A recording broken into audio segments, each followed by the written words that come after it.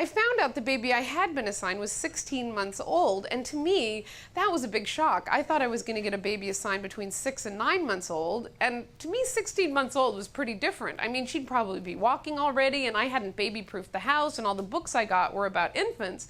So I ran out and I got this book called International Toddler Adoption, and I figured I would read it on the plane. Well, I was adopting with a group. We were getting 19 babies all together. So this one day at LAX, we all met each other as we were about to go to China. We were all pretty much in our 30s and 40s, all pretty much childless. Everybody had this sort of crazed smile on their face, like, what the fuck are we doing? This was such a good idea in the abstract. This one couple who had found out that they were getting twins and they hadn't requested it or expected it, and I walked up to the wife and I said, oh my God, you didn't request twins and they just assigned you twins? And she said, yes, all I can think is it must be all those fertility drugs. Well, we got on the plane and I noticed that the prospective mother of twins was reading Ayn Rand's Atlas Shrugged. And I wanted to go up to her and say, read up, honey, because you're not going to be able to read a book like that again for a really long time. Well, I sat down and read my International Toddler Adoption book, and it basically just scared the bejesus out of me. Each chapter was this desperate attempt to try to put a positive spin on a horrifying situation. It was like, Marianne thinks things are going much better now with little Rodney, even though he tried to burn the house down twice and her husband left her and she had to quit her job. But there are those days that she holds him down for up to 45 minutes at a time because of his tantrums that her eyes glance across his and she feels they make a connection, which makes it all seem worth it. It's like, oh my God, I'm about to ruin my life. I'm about to ruin my entire life.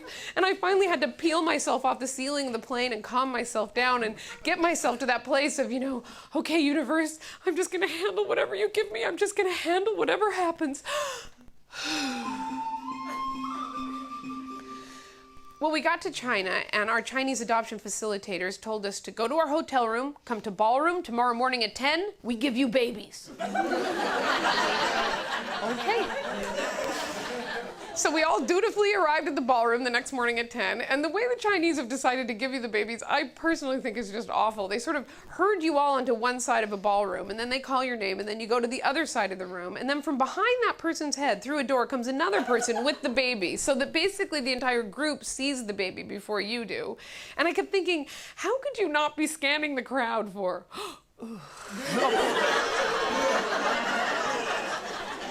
Then one of the Chinese adoption facilitators turned to me and said, before we give you babies, first we play emotional music. And I looked at him and he said, last time we no play emotional music, not as good. I was like, what's the emotional music? What's the emotional music? And I kept thinking, oh, maybe a little ancient Chinese orchestration with a lute and a little yo-yo ma. No, he takes this huge boombox, puts it on a table, pushes a button, and out comes the theme to the Titanic. And not even the original Celine Dion version of the theme to the Titanic, some, bootleg, non-copyrighted Chinese version of the theme to the Titanic. So you know how you're in a big, huge emotional situation and you just end up concentrating on one tiny piece of minutia? Well, the whole time I was waiting, I kept thinking, this is the most inappropriate emotional music. That is the worst emotional music. When I get back to LA, I'm going to send them some appropriate emotional music. That is just not the right music to play for a scared 41-year-old woman who suddenly realizes she knows nothing about babies. And before I knew it, they called my name and I went to the other side of the room. And all the books tell you that you shouldn't expect to bond with your baby right away. Their baby's a person, just like you're a person. You'll bond together over time. But they brought this baby in and put her in my arms, and I instantly was in love. She had the most beautiful little frown and these big, pink, heart-shaped lips. And I could just feel the vitality and the strength in her right away, just the survivor in her.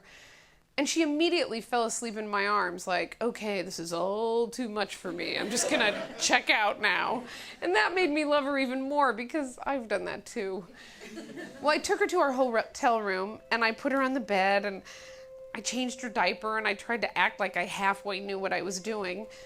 That night, I wanted to sleep with her, but I figured she'd probably never slept with anyone before unless it was another infant at the orphanage. So I put her in the crib they'd provided for us in the rooms, and I got in the bed and we both tossed and turned. Eventually I fell asleep.